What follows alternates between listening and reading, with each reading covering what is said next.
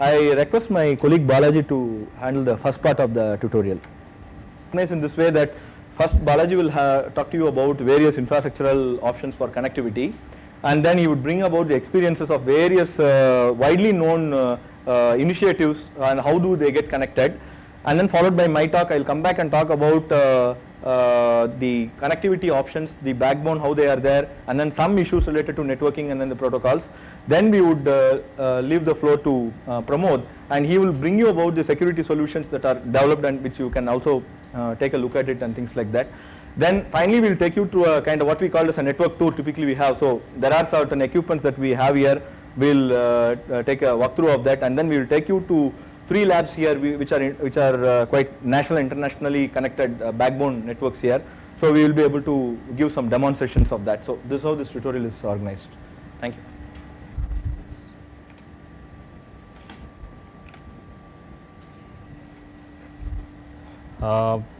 First I will be dealing with what are the technologies that are available for connectivity, and these are the things.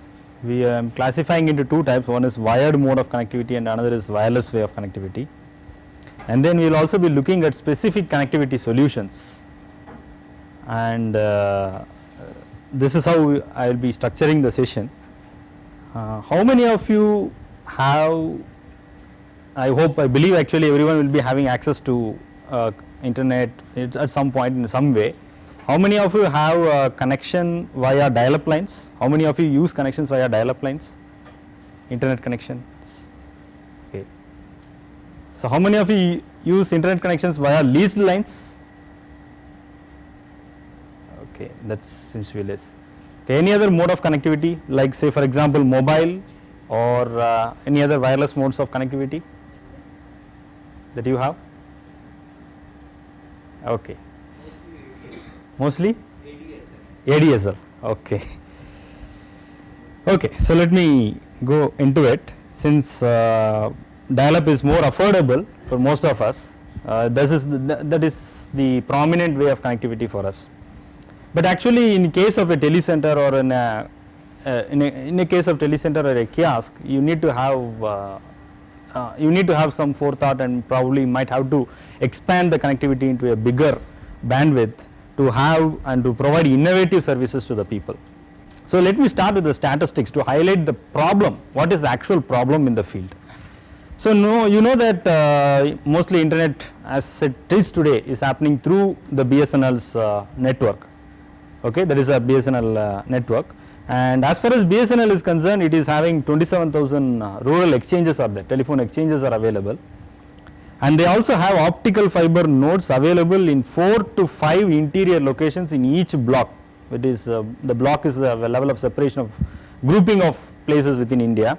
So, and which actually means that there are any village within India can get access to a larger bandwidth if they travel up to 15 to 20 kilometers at a maximum of, say for example, even if you consider any village within India, they might have to travel at a maximum of 20 kilometers to reach a place where they can have a high bandwidth connectivity. So that is what the BSNL's network is about. The overall network is there. So, but actually in the real situation, though it might be right, what actually has to be done is they have to light up some dark fibers. And the problem is on the last mile connectivity. See, actually I can't, suppose let me say that if somebody is living in a rural village, he can't daily travel 15 or 20 kilometers for just checking his email or for do some pay some electricity bill or apply for some birth certificate or do some other e-governance jobs. He might be finding it difficult. If suppose some internet connectivity is available within his location, then it will be much better. So what is the actual problem? The problem lies in the last mile connectivity. Okay, so it should be accessible for him. Every village or every village, even a small village or a small location within India has to be having, or within the country has to be having internet connectivity. So in that case, then after that, once the infrastructure is there, probably the computers can come up, and then the solutions like e-governance services and other solutions can be offered through it. Okay, So this is that is with that prime these things. I will also show you what are the other issues that are other fiber networks that are available in India. I think most of you might have unheard of these networks. Railtel is from Indian Railways. It is also having a largest fiber network throughout India, apart from BSNL. And then Reliance, you know that Reliance is a very big player there. And then Power Grid Corporation, PGCL Limited. So it is also running a huge fiber across India, and it is connecting most of the places. And Bharati Airtel, where you have connectivity. Tata Indigam actually provides services, and followed by SIFI, and followed by GAIL Network, the Gas Authority of India Limited. So actually all these people run cables and fibers throughout India, and most of their bandwidth is available for free and available, meaning meant for usage, for their own usage, and most of them have more capacity which is being unutilized so far. Okay, so this is about the basically the Indian scenario. So with that, let me move to every access possibilities, access options for you. First one is the dial-up access, which is the common and the most prevalent connectivity, mostly in the least developed countries. And the procedure is you connect your system to a modem, and which is connected to a telephone line, and from where you send and transmit your data. And then what actually your modem does is it makes a telephone call to your ISP's node, and therefore it establishes a connection through the telephone cable and then gets connected to internet. That's how it happens. And dial-up uses the telephone network, and therefore you don't have to have any additional infrastructure. If you have computers and all those things, all you need to have is the telephone network to your location. Apart from that, all you need to do is to have a dial-up modem. That's it. But the limitations are, you can't, it takes time for establishing a connection. Suppose I have been actually working in some rural locations.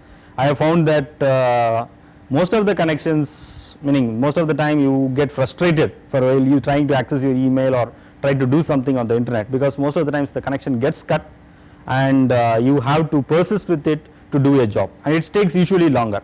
But here I am in this environment where I am working. I have been offered 2 Mbps connectivity, of course a shared 2 Mbps connectivity to 40-50 users, and I always get good connectivity speed. So I can do the same job in a very short period of time, and I feel happy and more satisfied. But if I try to go to go to some location or village or some area where if I try to access internet and try to do something, it will be frustrating for me. So it takes a lot of time for setting up the connection, and the data transfer speeds are also very less. Though the claim is that the modem can offer 56 kbps, in reality we get an average of 33 to 43 kbps, and there is a high latency. And also people, I think you might have heard that people are using some jargon like high speed dial-up lines. So what are these high speed dial-up lines? It's nothing but the connectivity, the service provider tries to compress the data, catches the data and tries to give you. That is one thing. Or otherwise he uses a specific modem standard called V.92 modem standard to shorten the logon process and the handshaking process. That's all he does. So that's all he means by the marketing jargon of high speed dial-up. So these are the possibilities of the dial-up. So next let us see what about the leased lines. Leased lines means you have a dedicated connection. There is 24-hour always on connectivity is available. Okay, permanent IP addresses are available, and the dedicated circuits are reliable, high speed and of superior quality. Of course, from your point of view, apart from the computers and all those things, you need to have either a 64 kbps or 2 Mbps leased line modem or a router at your end. Okay, so both of them will work for you. So with that you will be able to have a leased line connectivity to your to the service provider. Of course, so though it seems attractive and easier, the obvious disadvantage is that the cost. It is very costly usually, so it will take more than what it is, meaning it is not so, it is a very expensive thing to get leased line connectivity here. Okay, and permanent IP addresses have also been provided to you, in the sense you can have some 4 to 5 addresses, and you can even host a web server, host a website for yourself, for your organization, all with the leased line. So all these possibilities open up when you are using leased line connectivity. So next, another technology is the DSL technology, where what is the expansion of DSL is digital subscriber line. So what they do is you just transmit the digital data over the local telephone lines. So here we basically use a network called DSLAM, which is for the circuit switched telephone network on the same telephone line. So the technique is like this. DSLAM is nothing but a multiplexer which connects multiple DSLs, that is multiple DSL modem, to a high speed internet backbone by using a multiplexing techniques, because the service provider will be providing connections to many people. So he uses a multiplexer and distributes the load to many people, and he collects the digital signal from many of the DSL modems ports and combines them into one signal and before transmitting to the internet backbone. That's all he does. And basically a DSLAM modem is slightly higher than what the normal modem is. A normal modem works only at the physical layer, but here also it works at the network layer. It performs like a network layer switch because it multiplexes the data and sends it to the locations. So this is functionally equivalent to layer 2. And the signals actually are low pass signals, meaning been passed through low pass filters to keep the high frequencies out of the range of the DSL signals, so that they don't interfere with the user's voice services. And the speeds are quite high when compared with dial-up modems. You have speeds of up to 256 kbps to 2 mbps, and a lot of providers are providing DSL and DSL connectivity within India also. And the customer premise, meaning the CPE equipment, is a DSL modem that is either directly connected to the computer or a DSL router that connects with the additional functionality such as routing and firewalls. Either you can, if you can afford a router, you can go for a DSL router. Otherwise, you can go for a DSL modem, which is cheaper than that. So then there is another term that is coming like ADSL, which is nothing but asymmetric digital subscriber line or a symmetric digital subscriber line.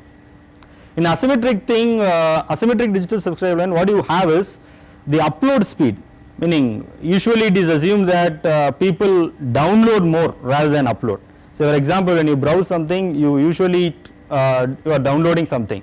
Suppose you are accessing mail, you are mostly downloading something. Only if you compose something and send it, or if you do something, then some amount of data is being sent to the upward link. So most of the time you keep downloading rather than uploading. So based on that assumption, this particular technology has been assumed, meaning this particular technology has been made available, where the upload speed is lower than the download speed, and they can deliver up to 8 Mbps, that is 8 megabits per second over 2 kilometers. And there is a new version that is also coming up called as ADSL2, which can even afford up to 24 Mbps over 2 kilometers. And but of course, over 2 kilometer range, above the 2 kilometer range, actually the bandwidth starts decreasing. And SDSL is a symmetric digital subscriber line, where the upload speed is same as the download speed. And then these are the current available technologies in the wired world. So you have a leased line, or you can use a dial-up modem by using the existing telephone network, and then you can use the digital subscriber line or the ADSL connectivity kind of thing. So these are the things. Comparatively, when you compare these three things, you will find that leased line is easily affordable, and mostly it is meaning it is accessible in most of the places. Leased line connectivity is possible in most of the places. But if you go to leased line, you will get a lot of benefits, but the cost is too expensive for an individual actually to maintain it. And for DSL and ADSL, it stands between these two things, between leased line approach and between the modem approach, between the telephone approach. Probably you could use ADSL technique for getting connected to a net. Substantially the costs are higher when compared with dial-up link. So with that, let me move to the wireless networks. So what about the wireless networks? Here, what are the basic benefits of wireless networks? The infrastructure costs are low when compared with setting up a wired network. So cost of setting up the fiber, particularly in India, is $1,000 per kilometer. Okay, so setting up is also simpler and quicker, and this could easily serve low population density regions. See, there may be regions within our country where there are, say for example, less than 500 people, or say for example less than 1000 people, or less than 2000, something like that. So in that cases, wired connectivity would be would not be affordable solution for most of the people. It might cost more actually for the companies to set up wired networks. Instead of that, they could go for a wireless network where the setup cost is simple, meaning the setup costs are very low, and they would also very easy to set up and things like that.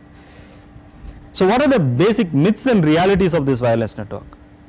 It's believed that cellular technology can solve all connectivity issues, meaning there is a mobile technology, but that is viable only in areas where the population density is more and the base station could be set up. Actually, cellular technology is slightly different from the wireless, basically what we are trying to say, and this cellular, as you could have found out, it might not be available in regions where the population is less and where the base station cannot be set up. And wireless networking means mobility. It's not like that. There is another thing, very frequent myth that wireless networking means I can carry on the device throughout it. No, there are some technologies available within the wireless domain that provides you a wireless connectivity, but at the same time they are immobile. That is, you have to keep it at the same location. That's it. So it doesn't. Some of them non-mobile or stationary endpoints are available, and these are actually cheaper, very much cheaper when compared with stationary endpoint with the mobile endpoints. And there is also another myth that fiber offers high bandwidth and QoS.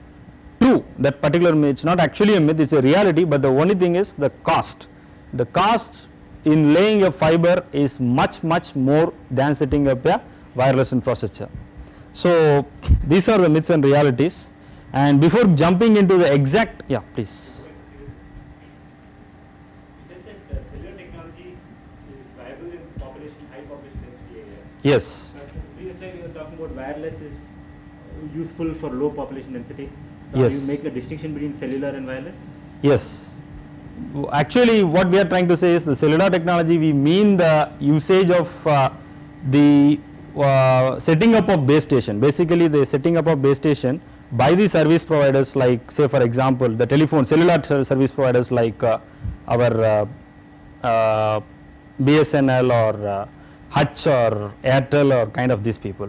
So here basically what happens is they have to set up a base station, and that usually what happens is they set up only in those areas. I think you might have seen within say for example in Bangalore or itself, you would be notice that only in very particular areas, say for example MG Road or other areas, you would have a very good connectivity, and previously a few years back Electronic City did not have very good connectivity. Most of the signals were falling.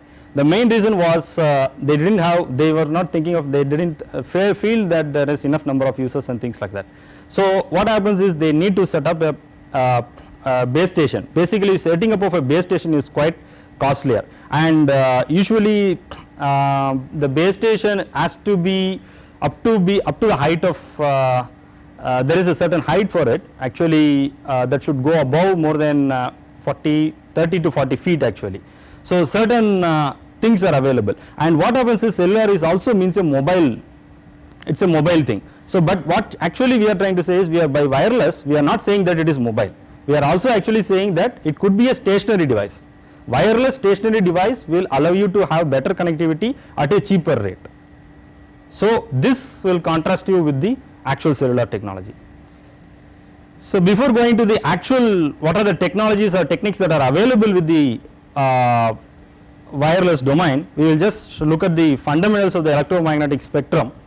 This is just a refresher kind of thing. This is how the electromagnetic energy is split up according to the frequency or the wavelength, where you have the AM radio, FM radio, television, microwaves, infrared, visible light, ultraviolet rays and X-rays. So let us start with the terminology of frequency. What is actually a frequency? Frequency is nothing but the number of cycles a particular wave completes in 1 second. So it is usually expressed in hertz, and it is directly related to the amount of information that can be transmitted on the wave. So basically in a frequency you will transmit, by using that particular wave we will be transmitting the actual information. So that's what happens in the frequency. Wavelength is also the same term, actually we use it in a different way. It is nothing but the shortest distance at which the wave pattern fully repeats itself. So this is expressed in meters and inversely proportional to frequency. And then energy is another term which is also used for referring to the actual energy which is measured in electron volts that is emitted by the wave. So actually it goes like this. If you say that it is an higher frequency, it means shorter wavelength and that requires higher energy. So in the other way, if it is lower frequency, it will be longer wavelength and lesser energy. Then you actually in reality the spectrum is infinite, but we are limited by our own capabilities and we can use only a small portion of that spectrum, that is from the, not before, we can't even use X-rays for that, before X-rays to this particular end you will be able to use it. And wavelength is affected by the medium. See, if it is say for example there may be obstacles within the medium and that may be blocking your signal and things like that. So actually what I am trying to say, for whatever quotation that you have given, say for higher frequency, shorter wavelength, higher energy, all this means that everything is perfect, everything works in a vacuum area. Say for example there is nothing and works perfectly fine. So in that situation everything is right. And then another common technologies that you might be encountering, suppose if you are buying a wireless solution for your organization or for your kiosk, you will be getting into these particular things. Transmitter. So what is a basically transmitter? Transmitter, it takes an input, creates an energy wave that contains the information and transmits the wave. The next one is a receiver, which is actually captures the electromagnetic waves and then processes them to retrieve the information. The last one is transceiver. I am sorry for that, there is a mistake here. This is basically a transceiver, the last one. Transceiver is a wireless device that can transmit as well as receive energy signals. And this is how the electromagnetic spectrum looks from the sky. The image has been taken from the NASA website. So here you can see how the this electromagnetic spectrum looks from the viewpoint of 400 kilometers altitude. So you can see these are the radio signals, this much the density of the radio signals that are available, and microwave signals, infrared signals, and up to visible light. So probably this is how this is the location up to which you can use it for at least in today's technologies you can use for transferring and transmitting the information.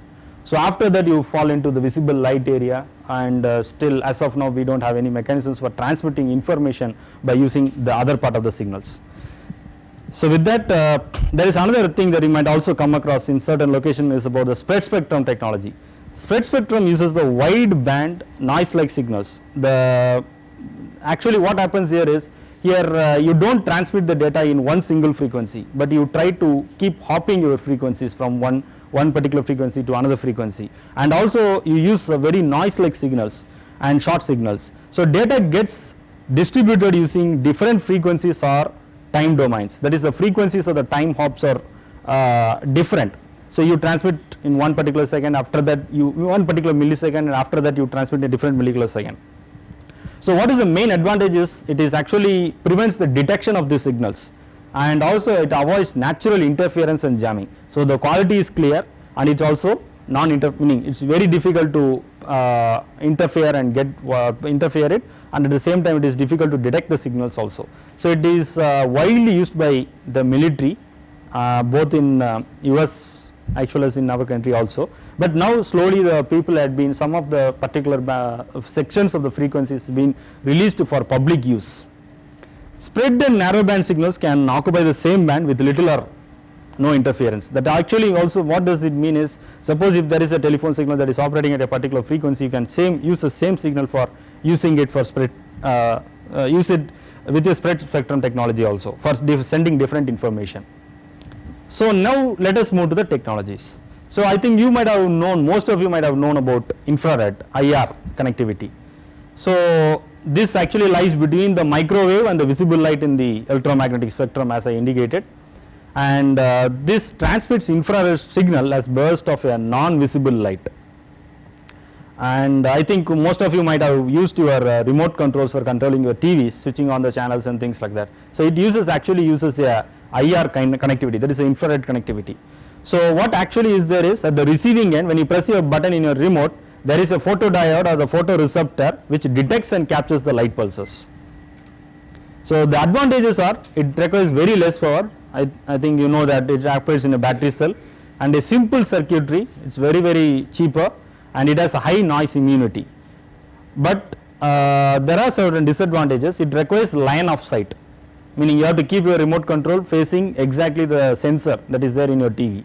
So, and it can be easily blocked by common materials. You can't pass through that, and it has a very short range, it has a low speed, and it is sensitive to light and weather conditions. So these are the disadvantages of infrared. And then RF, actually this is a very significant portion of the spectrum that we are now going to deal with, and we will just say about what is about the in general about the radio frequency, what we mean. It is the broad part of the electromagnetic spectrum. Its wavelength falls between 1 centimeter to 1 kilometer, and its frequency falls between 100 kilohertz to 30 gigahertz. So what are the advantages? Advantages of the RF this thing is it does not require line of sight condition to operate, and it cannot be blocked by common materials, and it can support a longer range and insensitive to light and weather conditions. These are the advantages of the radio frequencies when compared with IR. But if you take the disadvantages, it can be interfered with interfering, it will be actually radio signals will be interfering with devices using similar frequencies. Say if you remember before the days while the FM came into existence, you might have heard about this AM radio and medium wave and things like that. There actually, if there is some clash of channels, even if you are trying to receive different channels in the same frequency, there will be a frequency clash, and sometimes you can see in that. Mostly you will be able to note that particular frequency clash and in the short waves, SW1, SW2, SW3 and all. So these are all interferences with the devices using similar frequencies.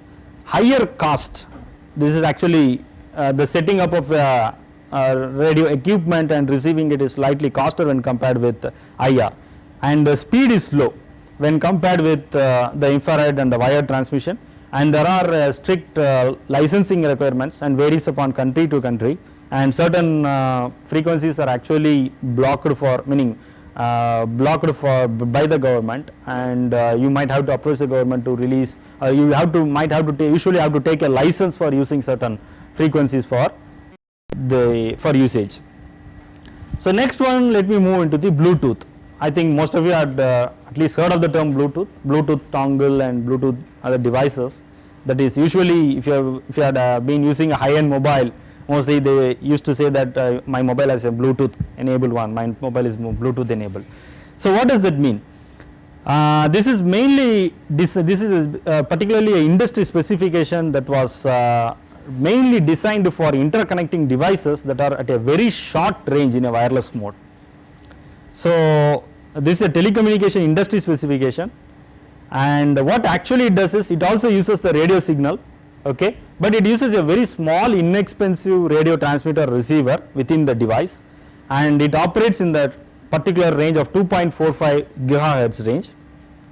And you have to note that other devices like the cordless phone also operate in this range, and then you might put up the next question, how does interference is avoided? Interference is avoided by sending out a very weak 1 milliwatt signal to other devices. So that's why it has to operate in a very close range, and 3 voice channels are also supported in this specification in addition to the data. Each device actually is assigned a unique 48-bit address for identification and transmission of data, and connections can be point to point from one device to device, or one device can communicate to many devices at a time, and you have a maximum transmission rate of 1 Mbps to 2 Mbps. So this is the advantages of Bluetooth technologies, and the advantages, it's very inexpensive because it is an industry standard. Most of their equipments come with a Bluetooth enabled option, and this does not require anything on part of the user to make the devices communicate. You just have to bring the two devices, meaning bring the Bluetooth enabled device to another Bluetooth enabled device, and the communication will be done automatically. Suppose if you have to transfer the file, you have to just click it and do it, that's it. So it is you don't have to set up or you don't have to do anything there. So that makes it really advantageous, and the frequency hopping scheme is there, and which allows the devices to communicate even in areas of great deal of interference. But the disadvantage is that since I said that it is going to use a low power signal of 1 milliwatt, this limits the range of the Bluetooth device to 10 meters or 32 feet. So that is what the disadvantage is. So if the distance is more than 10 meters, you can't really operate a Bluetooth device. And there is a organization called IEEE, which you might be familiar of. Actually it rolls out the specifications of the standards, and there is a number. Actually, when you contact a dealer or a person, you may be saying that mine is Bluetooth and we are compatible with IEEE 802.15.1. What does that actually mean is this particular technology falls under that particular specification, that's it. So whatever that particular, if suppose somebody says that it is IEEE 802.15.1 compatible, it actually means that the technology that has been, the device that has been delivered to you will work as per the instructions given by IEEE, as per the specifications given by IEEE 802.15.1. So it can be interoperable with similar devices, but for that is following the same specification. So that is the advantage of these specifications. And then there is IEEE 802.11 standard. This is mainly rolled out by IEEE for supporting wireless LAN standards, wireless LAN technologies, and of which 802.11b is the most popular one, and it can support up to 11 Mbps. And there is also 802.11g, which offers a higher transmission rate of up to 54 Mbps, and it is fully compatible with 802.11b. There is another one, IEEE 802.16, which is actually working, which is actually this has been formulated by a working group on a broadband wireless access standards. This is basically a standard and a technology that enables the delivery of last mile broadband access in a wireless medium rather than using a cable or DSL. What actually I am trying to say is, this is the actual specification if you are looking at internet connectivity in a wireless mode. So if you take a Bluetooth, it is about, the range is only 10 meters, and IR again it's a very shorter range, and it can easily block line of sight and things like that. And so 802.11 is a very limited one, that is it can work only in a room or in a very synonymous location. Only IEEE 802.16 compatible devices can offer you the luxury of connectivity up to and which is more efficient than a cable modem or a DSL modem. And this is actually called as a wireless MAN actually, but this MAN stands for Metropolitan Area Network, and this was the original specification by IEEE was in 802.16, and it's prescribed the anything from 10 to 66 gigahertz to be used in this particular standard.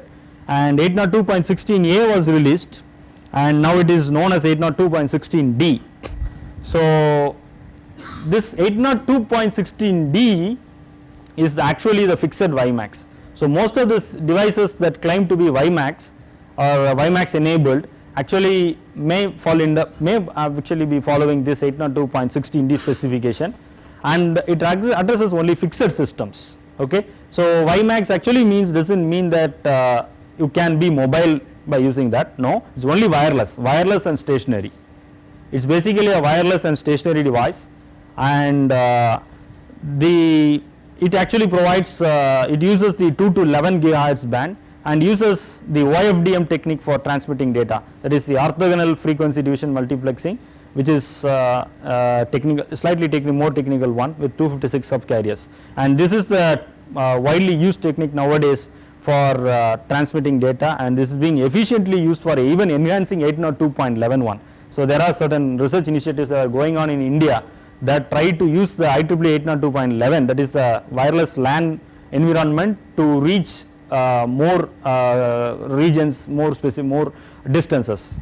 So then the 802.16e, which is yet to grow in full shape and become accessible, but it prescribes a mobile WiMAX. So it is wireless as well as a mobile solution, which allows you full mobility, that is allows fixed wireless and supports even non-line of sight options, and it uses the OFDA technique with scalability adapted to it.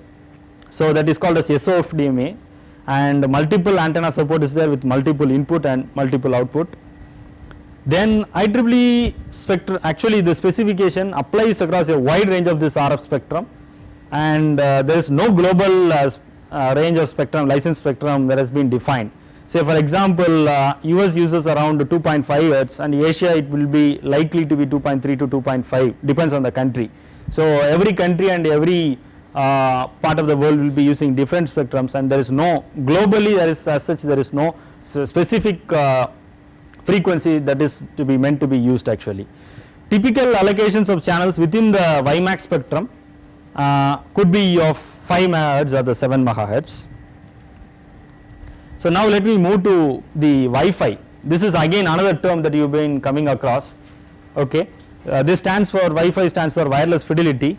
Basically it is not a technology but a certification. It is basically a certification given to a device that meets the IEEE 802.11b or G standards, that's it. So when somebody claims that it has been Wi-Fi certified, then you can actually understand that it is compatible with the IEEE 802.11b and G standards. And Wi-Fi hotspot is any location where 802.11 technology exists and is available for use to consumers, and it provides a short range connectivity, as I said, within a room environment or within an office environment it will be working fine, but it has a poor support for voice and video, and it operates in the 2.4 GHz band, and it can connect to devices that is over 100 feet or up to 30 meters it will be able to connect over it. So let me, yeah. PMG is again fixed on mobile. No, it's an enhanced standard G. G can offer you the data transmission rates are higher when compared with B. Bluetooth with Wi-Fi is, we will just make a comparison. Bluetooth actually, Bluetooth, both these technologies are not interoperable. Suppose if you buy a, say for example a Bluetooth device, you can't make it work with a Wi-Fi enabled device, because the technologies are totally different, the specifications are totally different. As you can see that Bluetooth falls under IEEE 802.15.1 while Wi-Fi falls under totally different one of 802.11, and Wi-Fi offers you faster transfer speeds and range when compared with Bluetooth, and it is implemented to replace the Ethernet. Say for example, most of your office environment or university environments you might have found a local area network that has been existing there. So this particular technology, Wi-Fi technology, has been mainly designed to replace that particular wired LAN network. That is the essence of this particular Wi-Fi technology, and Bluetooth requires less power and mainly meant for interconnecting devices within the close range, but Wi-Fi is not that. It is meant for connecting very significantly a better range, say for example within a office and within a department or within a university like that. So Wi-Fi has more capabilities than Bluetooth. And next let us move to WiMAX. So this is again another industry group that promotes the IEEE 802.16. Wi-Fi is being promotes via 802.11 while WiMAX promotes 802.16, IEEE 802.16 standard, and basically this is again an industry promoted group. So again this is also not a technology, but it is mainly a certification that is given to a device that meets the IEEE 802.16 standard. And this is the worldwide interoperability, meaning WiMAX stands for worldwide interoperability for microwave access, and this is promoted as the best technology for rural and underdeveloped regions. So this is what most of the people are suggesting, to go for the WiMAX solution as in a rural or underdeveloped region, as the costs are comparatively less and you get a better coverage and the transmission rates are also very high. So what are the advantages? We will just go one by one. So areas of low population density and flat terrain are best suited for WiMAX. It can even access a very low density, say for example lesser than few thousands, they can be addressed. Inexpensive, this is totally inexpensive when compared with wired technologies. Why? Because it uses a single base station at a very large tower, and the large tower need not be theirs, probably they can use it or borrow it from somebody else, and easily installable and deployable. It allows for a high bandwidth. And when you compare WiMAX with Wi-Fi, these are the advantages. This has a symmetrical bandwidth over many kilometers and range. See, Wi-Fi actually you can't take it more than 30 meters or something like that. So more than a certain range it is impossible. So WiMAX can cover more range, at the same time the bandwidth is symmetrical, it does not decrease after a certain kilometer. And it has a stronger encryption techniques, so like AES, and it has typically less interference and low attenuation due to the use of lower frequencies. But of course there are some limitations for this particular technology also. It offers a maximum bandwidth of 70 Mbps and which is quite significantly high when compared with other technologies, and it can cover a maximum of 112 kilometers, and either you could have high bandwidth or long reach, but not both of them simultaneously. That is a significant limitations apart as far as the Indian scenario is concerned. That is, you can't have, if you are trying to have high bandwidth, then probably the region that WiMAX is addressing is going to reduce. But if you want a longer reach, say for example, but you don't want 70 Mbps, but you like to go for 10 Mbps, then the coverage area will be more. So this is the advantage of the WiMAX systems, and that is actually you can get 10 Mbps over 10 kilometers in a line of sight environment. That is, if you have a direct line of sight contact, then you will be having 10 Mbps over 10 kilometers in a line of sight environment. In a non-line of sight, that is, the devices are there and you can't have the visibility of the other devices, then you might have 10 Mbps, but only in a range of 2 kilometers, but not in the range of 10 kilometers. So this will this is a case in an simultaneous connections, then it will decrease further. no the simultaneous connections, what it will happen is it will get shared actually. The bandwidth will get actually shared between, say for example, if simultaneous connections are there, the 10 Mbps will be shared between them, 5 Mbps, 5 Mbps, whatever it is. So limitations, again, bandwidth is shared, as you said, it has to be shared among the users. More the users in a single particular sector, radio free, again you have to understand these are all the radio signals only, basically radio signals but in a particular range. So our additional radio cards, the problem, suppose if you find that more people are there, say for example thousands and thousands people are there in one region, so then also it can be used, but only thing is you might have to add additional radio cards in the same sector to increase the capacity. And it's no, it's basically the this is the thing that has to be added by the service provider. Whoever is a service provider, you will be actually having the card to provide that connectivity to you. So you can put up that device and get it connected to that thing.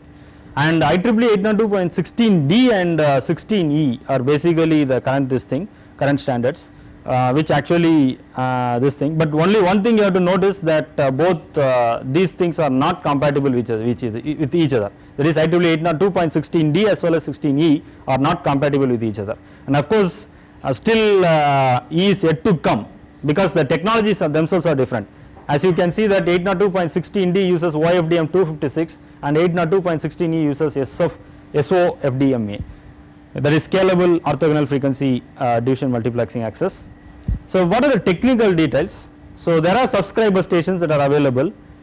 This compete during the this compete with each other for gaining entry into the backend network to pass data through the wireless access point, and actually time slot is allocated.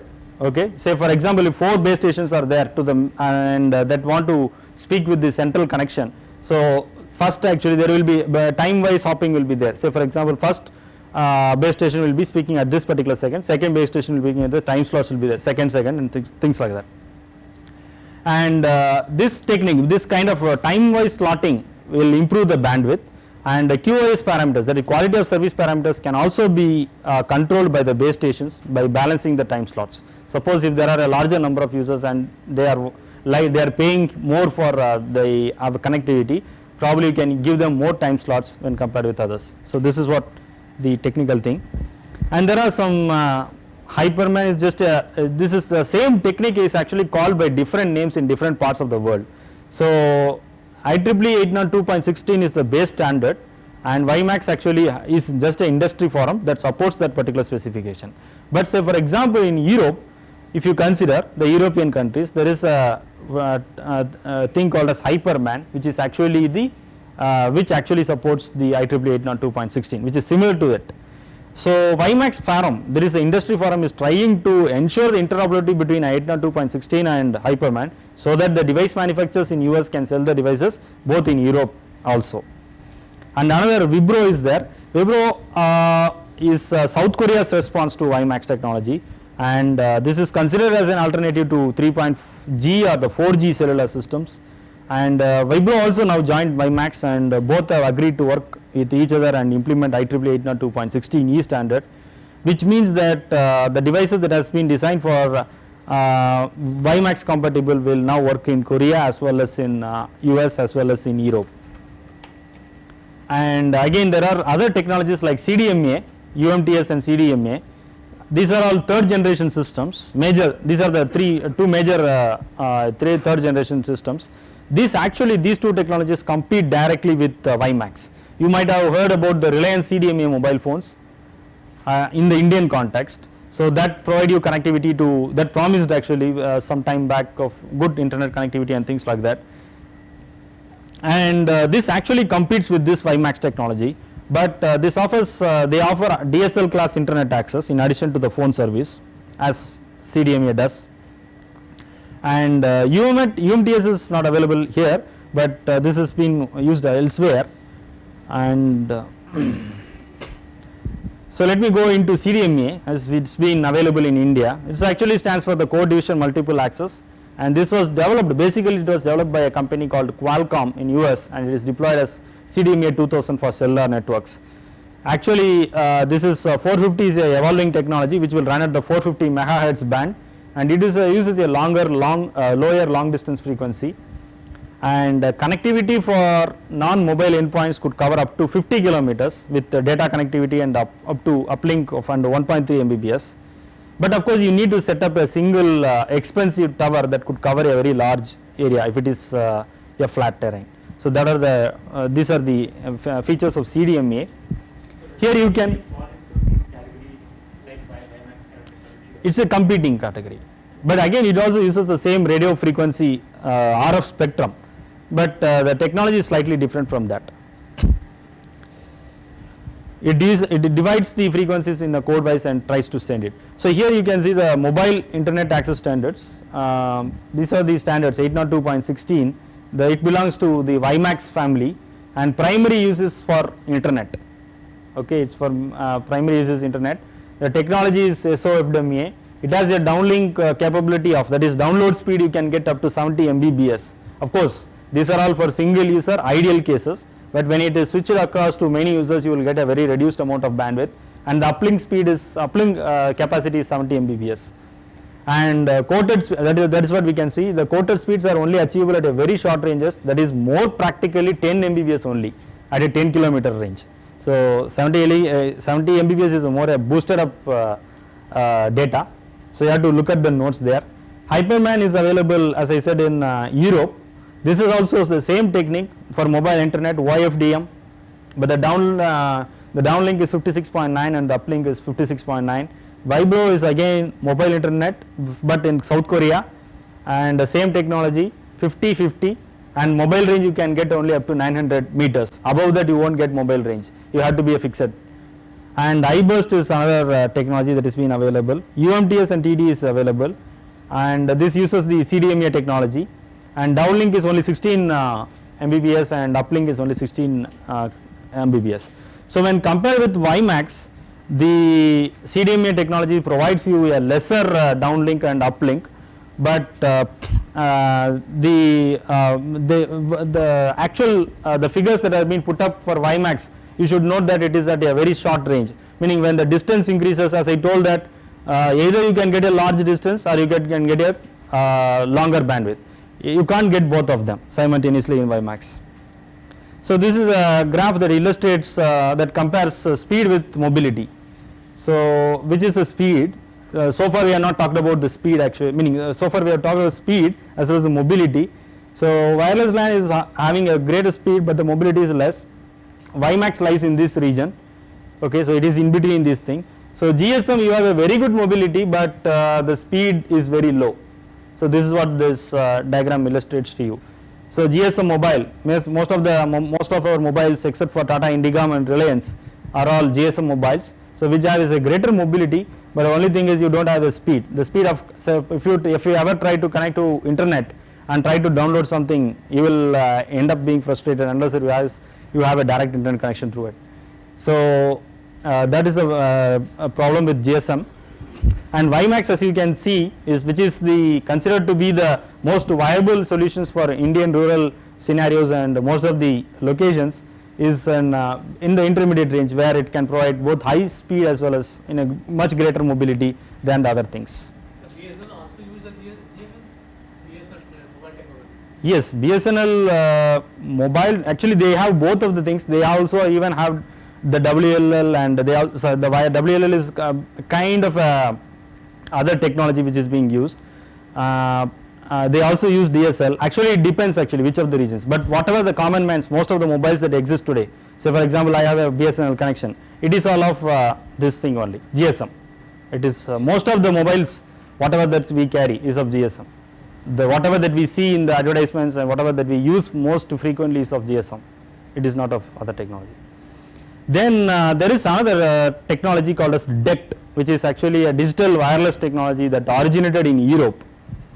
This is used widely for cordless telephones and wireless offices. You might have seen about cordless telephones. So this actually uses a radio frequency only, the same radio frequency, but the only thing is DECT has been designed and specified to interwork with many other types of devices. So that is, it can even use the ISDN lines, it can use the public switching telephone network, and it can even use the GSM network for transmitting data. But they transmit data through the radio access technologies. The next one is the VSAT technology. VSAT is actually a satellite, a small satellite in the sense, but in a smaller dimension. It stands for very small aperture terminal. It is a small dish antenna that can communicate with the satellite, and this uses a spread spectrum technology. As I mentioned to you some time back about the spectrum, this uses VSAT uses a spread spectrum technology, and again there are one-way as well as two-way connectivity possible. One way is basically useful for sending data, and two-way is usually meant for audio and video. I think some of you might have seen one-way VSAT systems. If you had probably seen the online lottery systems that were there some time ago in Karnataka and other parts of our country, you might see that the the location of the lottery will be there in the actual lottery may be happening somewhere else, and the data will be transmitted online through a VSAT, a small dish antenna that might have been placed on the top of the seller actually.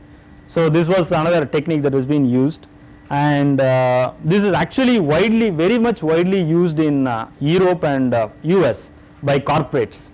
Say corporates actually transmit data one side actually, and if you have been to universities, you might also be knowing about the VSAT links, because UGC and other many programs are there that actually transmits data through the VSAT link to the universities through the particular dish. So this operates in a C-band. Again, VSATs operate in C-band and Q-band. C-band operates at 6 GHz and Q-band operates at 12 to 4 GHz. And as you can see that the C-band widely used in Asia, Africa and Latin America, while Q-band is used in Europe and US. That's because they have a different quality basically. In C-band you can offer to have even, say, it can be used in very much rainy areas and things like that, while Q-band can't stand on that. So there are offsets to both of the things. So actually how does it work? So as a service provider, a person is having a VSAT terminal with him. So it makes a communication using radio signals to a satellite and transmits data. This actually through the satellite, actually it makes communication to another central site. Say for example, whoever the service provider is, the connection is made to that particular central site through the satellite. So this is what happens in a star topology. Again, there is as in network you can see here, there are also VSAT topologies are there, star topology and mesh topology. In a star topology, every VSAT terminal will communicate with a central site through the satellites, while in a mesh topology, one VSAT terminal will communicate with another VSAT terminal, and the other VSAT terminal will just keep on relaying the data to the other terminals. That is, that they will act as a hub. And again there is another terminology that is available, which is the star and the mesh combination topology. So that is about the current possibilities, or some of the most prominent and most achievable possibilities that are available within the radio frequency range. So we saw about Bluetooth, Wi-Fi, WiMAX, DECT and VSAT and all these technologies that are available, and of which WiMAX is being claimed as the viable solution for rural and low density areas. The future actually is 4G, that is the 4th generation, which is in experimental stage, but they are characterized by high bandwidth, low latency and all IP network with voice services built on top, and OFDMA is being the technology, technology that is being they are being planning to use for communication. So now we will look at into the last part of this section on the specific solution. What are the specific solutions that are available? Some of you have heard about the codec technology, codec WLL technology. This is basically based on the DECT standard that I said some time back. DECT I was introducing to you, and this was developed by the Tenet group and promoted by Enla Communications of they are actually in IIT Chennai. The codec WLL is the distance between the subscriber unit and the substation is rated at 10 kilometers. That is, it can the field it's saying that's even up to 40 kilometers, but the data rates actually, the capacity, some of them actually are here who have implemented the codec WLL technology. So you can carry on, speak on with them and find out the real actual speeds. The data rates actually said to be theoretically varying from 35 kbps to 70 kbps, and what it does is it demultiplexes, that is, it separates the voice data, voice actually from the actual data, the interface unit. And so what is the benefit of this particular technology is, you pay for in a case of if you are using a dial-up connectivity and making use of the dial-up connectivity for accessing the internet, you have to pay your telephone bill at that time. You also have to pay the telephone bill for sending data through that line, as well as you have to pay for an internet rate. Both the things you have to pay. But in case of codec technology, you just since the data has been separated from voice, since and it's been used as a wireless technology to a certain extent, you have to only pay for the data and not for the voice. So this is about the codec WLL technology. Then ANDRAX is a technology that is being developed by CDOT, and since we have a exhibition stall tomorrow at CDOT stall, I won't be going into the details, but I will be just mentioning about this technology, which is nothing but a combination of the Wi-Fi and the WiMAX solutions, and this is ideal for it uses the WiMAX for catering for the low population density areas, and serves rural population beyond 5 kilometers. Up to 5 kilometer range you will be able to serve it using the installed equipment. So this is the architecture of the ANDRAX system, where there is a village community internet which is connected to the broadband wireless terminal, and again which is connected to broadband point to multi-point, and that is connected to the ANDRAX box. So more details can be found from their from their exhibition stall tomorrow. Motorola also provides some technology called Canopy. Again, this is used in rural areas, wireless rural areas, and this is a wireless broadband solutions. Wireless coastal area. It has been widely recently used in coastal areas, and this is a wireless broadband solutions. It has Canopy access point at central sites. The Canopy subscriber modules at the individual locations. So at the end, at the central sites, you call some device. You keep there is a device called as access point, and at the subscriber at the individual locations at the where you are trying to put up this thing, it is called as a subscriber module. So it is basically a point to multi-point connectivity, and it utilizes 2.4 gigahertz frequency for communication between the access points and the subscriber modules. And this is already DAN Foundation has been using this Canopy technology in their coastal areas in the tsunami affected belt, and Pura project has been covered is also been using this technology.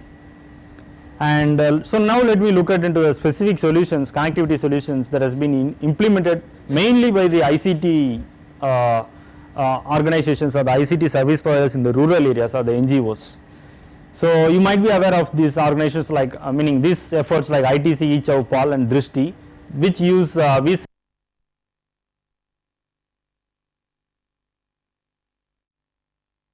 the Gangetic plains, this is being used actually.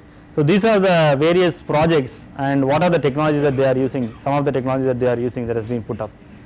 And so with this I have come to my end of the session. Any questions? I hope this would have served you as a primer for getting into the technologies. Probably if you are trying to implement a solution, you can find out what is the, at least you can understand what is the vendor is trying to tell you about.